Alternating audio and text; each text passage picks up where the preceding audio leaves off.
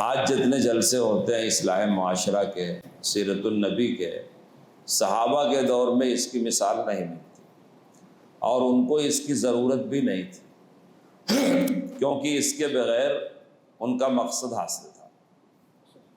مقصد کیا تھا؟ جو دین جیسا اللہ نے اپنے نبی پر نازل کیا، صحابہ نے اس دین کو ویسا حاصل کیا اور اس پر عمل کر لیا۔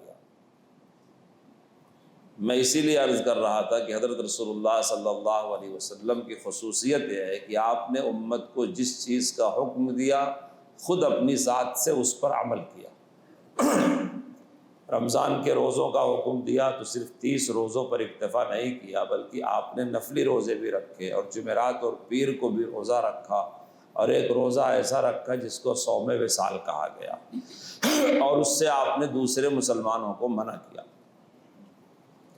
اگر آپ نے صاحب نصاب مسلمان کو 2.5% زکوٰۃ دینا فرض ہے یہ بتایا کہ اللہ کا حکم ہے کہ تمہارے مال میں زکوٰۃ فرض ہے، تو آپ نے اپنے پاس کوئی ذخیرہ کبھی جمع نہیں کیا۔ ایسے بھی واقعات ملتے ہیں سیرت پاک میں کہ آپ نماز کے لیے کھڑے ہوئے، آپ کو بے قراری ہوئی، مال خیرات کیا، پھر لگے، اپنے گھر نہیں گئے کیونکہ مال بچا ہوا ہے، جو کچھ آپ کا تھا آپ نے امت پر اور دین پر صرف کر دیا۔ ایک تو اس صفت کو ہم کو، آپ کو، سارے مسلمانوں کو اپنانا چاہیے۔ آج کل دنیا میں کانفرنسیں، سیمینار، کتابیں، رسالے بہت چھپ رہے ہیں، اس کے افادیت کا اور ضرورت کا ہم انکار نہیں کر رہے ہیں، چونکہ نبی پاک صلی اللہ علیہ وسلم کی ذات بڑی ہے، آپ کی ذات سے جو بھی خدمت جڑی ہوئی ہے اس کی ہمارے دل میں بڑی عظمت ہے، اور ہر مسلمان کے دل میں اس کی عظمت ہونی چاہیے۔ لیکن جو طریقہ صحابہ والا تھا، تابعین، تبع تابعین، صلحاء امت، سلف صالحین، علماء کرام والا تھا، وہ یہ طریقہ ہے کہ دین کیا ہے ہماری زندگیوں میں نظر آئے۔ ہم اس بات کو تو سمجھتے ہیں کہ اگر کسی آدمی نے خانہ کعبہ کی طرف رخ کر کے نماز نہیں پڑھا تو کہیں گے اس کی نماز صحیح نہیں ہوئی۔ دینیات میں اگر کوئی رسول اللہ کے طریقے کو چھوڑ دے تو ہم یہ کہتے ہیں کہ یہ الیاذ باللہ دین سے پھر گیا ہے۔ کوئی روزہ نہ رکھے تو ہم کہتے ہیں دین سے پھر گیا ہے، کوئی داڑھی نہ رکھے ہم کہتے ہیں دین سے پھر گیا ہے، کوئی نماز نہ پڑھے ہم کہتے ہیں دین سے پھر گیا ہے۔ لیکن یہ دین جیسے عبادات والا ہے ویسے معاشرت والا بھی دین ہے، حقوق والا بھی دین ہے، معاملات والا بھی دین ہے، اور آپ لوگوں کا تعلق جن قبائل، جن خاندانوں، جس سرزمین سے ہے، آپ کے معاملات کی وجہ سے ہی تو اس ملک میں اسلام پھیلا تھا۔ سب سے زیادہ اسلام کی تبلیغ اولیاء اللہ نے کیا اور مسلمان تاجروں نے کیا۔ اولیاء اللہ کے ذریعے اس طرح اسلام پھیلا کہ انہوں نے رسول اللہ صلی اللہ علیہ وسلم کا اخلاق اپنایا، چھوت چھات، اونچ نیچ ختم کیا۔ پہلے زمانے میں انسانوں کے کئی طبقے ہوتے تھے، ہر انسان کے ساتھ نہیں بیٹھ سکتا تھا، ہر انسان کے ساتھ نہیں کھا سکتا تھا۔ لوگ سمجھتے تھے کہ یہ اچھوت ہے، یہ نجس ہے، یہ ناپاک ہے، یہاں تک وہم پرستی پھیلی ہوئی تھی۔ اگر کسی نے صبح کو بیوہ کا منہ دیکھ لیا تو کہتے تھے کہ اس کا پورا دن برباد ہو گیا۔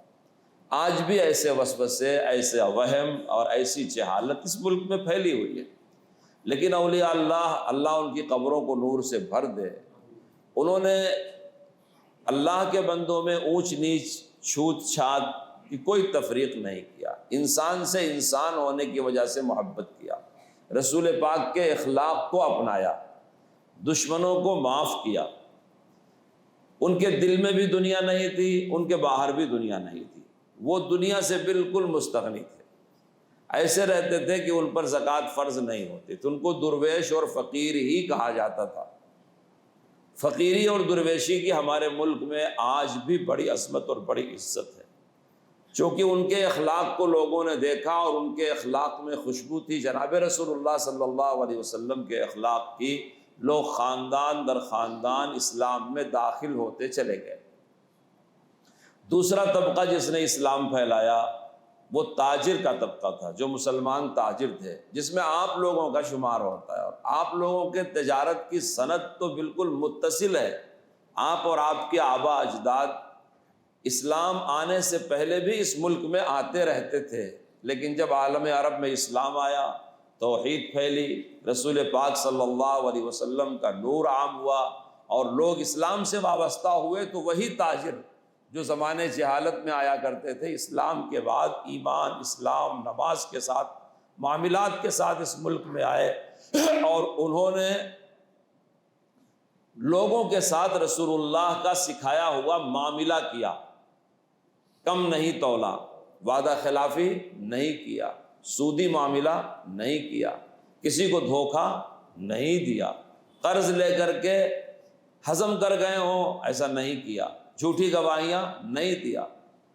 چونکہ تاجر بازار میں بیٹھتا ہے اور رسول اللہ صلی اللہ علیہ وسلم کے معاملات کو برتتا ہے، اس لیے لوگ دیکھتے گئے اس کے معاملات کو اور مسلمان ہوتے گئے۔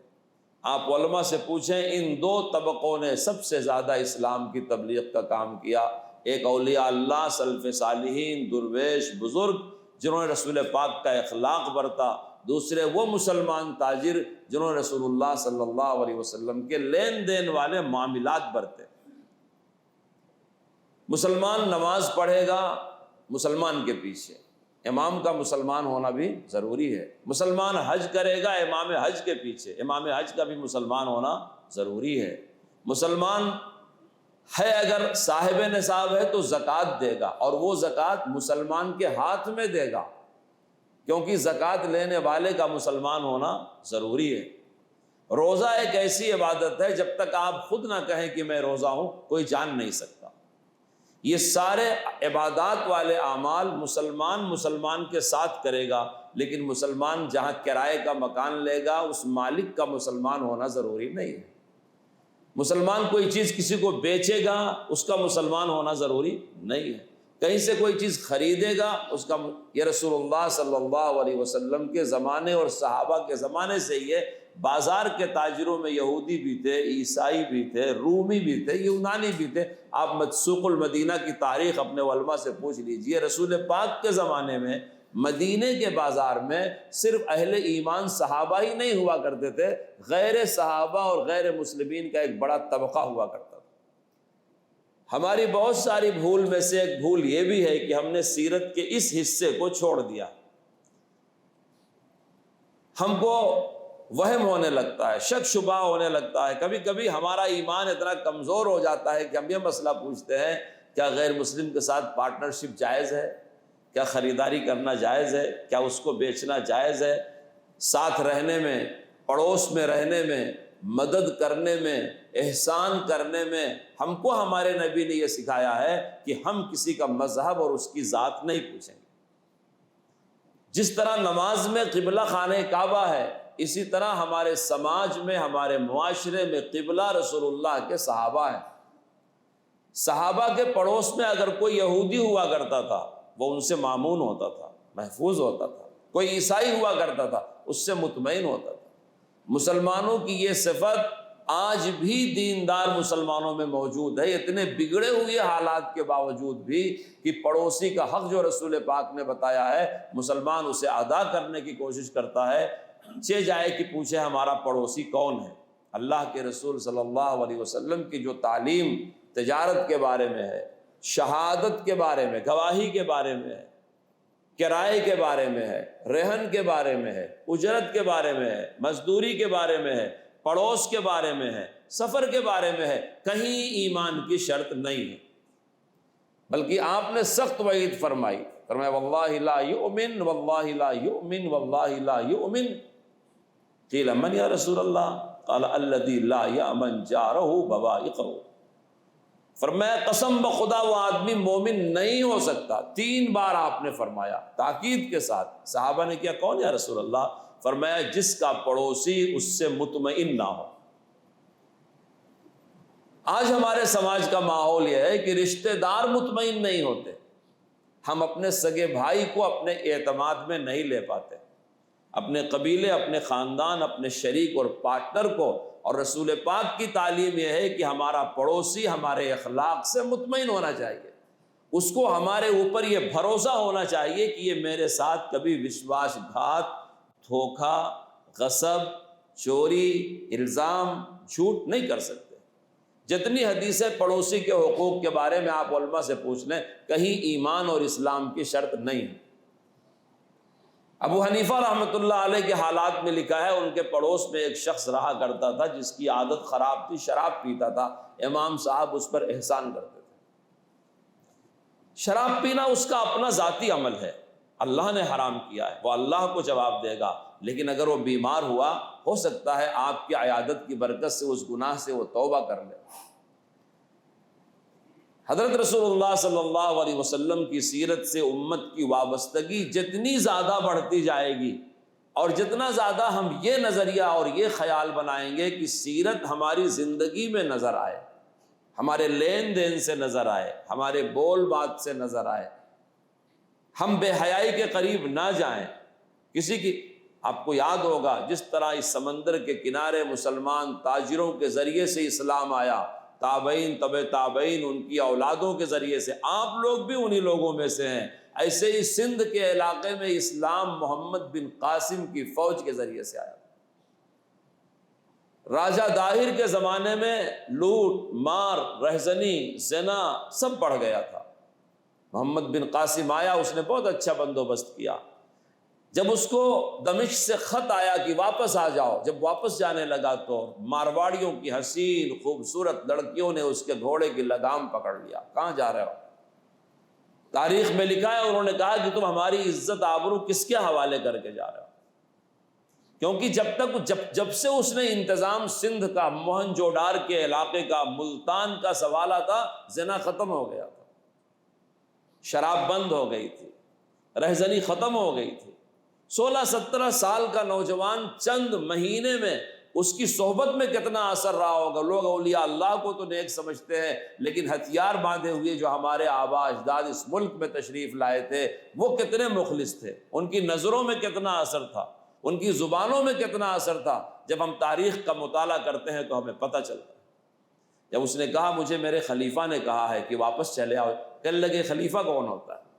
جب اس نے دعوت دیا کہ ہم مسلمان ہیں، ہمارا ایک نظام ہے، ہم ایک امیر کے تابع ہوتے ہیں، ہم از خود نہیں آئے تھے، از خود نہیں جائیں گے، ان کے بھیجنے سے آئے تھے، انہوں نے ہم کو طلب کر لیا ہے، ہم دمشق واپس جا رہے ہیں، اب کوئی دوسرا یہاں رہے گا۔ وہ انسان سندھ کے علاقے کے وہ غیر مسلم جنہوں نے اب تک یہ سمجھا تھا کہ آدم علیہ السلام کی اولاد میں اونچ نیچ ہے، ہم سب کے ساتھ کھا نہیں سکتے، بیٹھ نہیں، جو سمجھتے تھے کہ ہمارا مقدر یہ ہے کہ لوگ ہماری لڑکیوں کو اٹھا لے جاتے ہیں۔ تاجر یہ سمجھتے تھے کہ ہماری قسمت یہی ہے کہ لوگ ہم کو ان جنگلوں میں لوٹ لیتے ہیں۔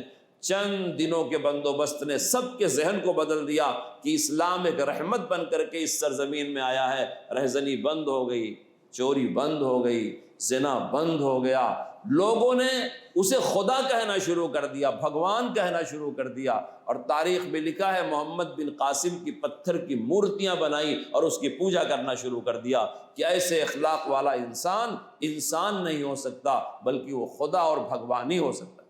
ہم اس ملک میں جس قوم کے ساتھ رہتے ہیں، یہ قوم اتنی منفعل المزاج ہے، اتنی جلدی متاثر ہوتی ہے کہ اگر ہم اس کے لیے نفع بخش ہو جائیں اور ہم اس کی خدمت کریں، ہم اس پر احسان کریں، ہم اس کی جہالتوں سے درگزر کریں اور ہمارے دل میں اس کے ساتھ ہمدردی ہو اور ہم معاملات میں اپنے نبی کا طریقہ اس کے ساتھ اپنائیں، تو وہ ہم کو بھگوان اور خدا کا درجہ دینے کے لیے تیار ہو جاتی ہے۔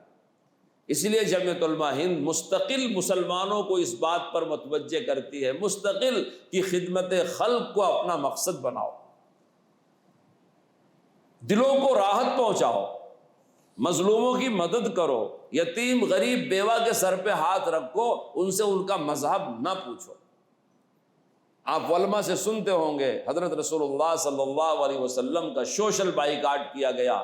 جس سماج میں نبی پاک کا سوشل بائیکاٹ ہوا ہے، آج دنیا کے کسی مسلمان ملک اور کسی مسلمان سرزمین کا سماج اتنا بدتر، اتنا خراب، اتنا دیوالیہ کا نہیں ہو سکا۔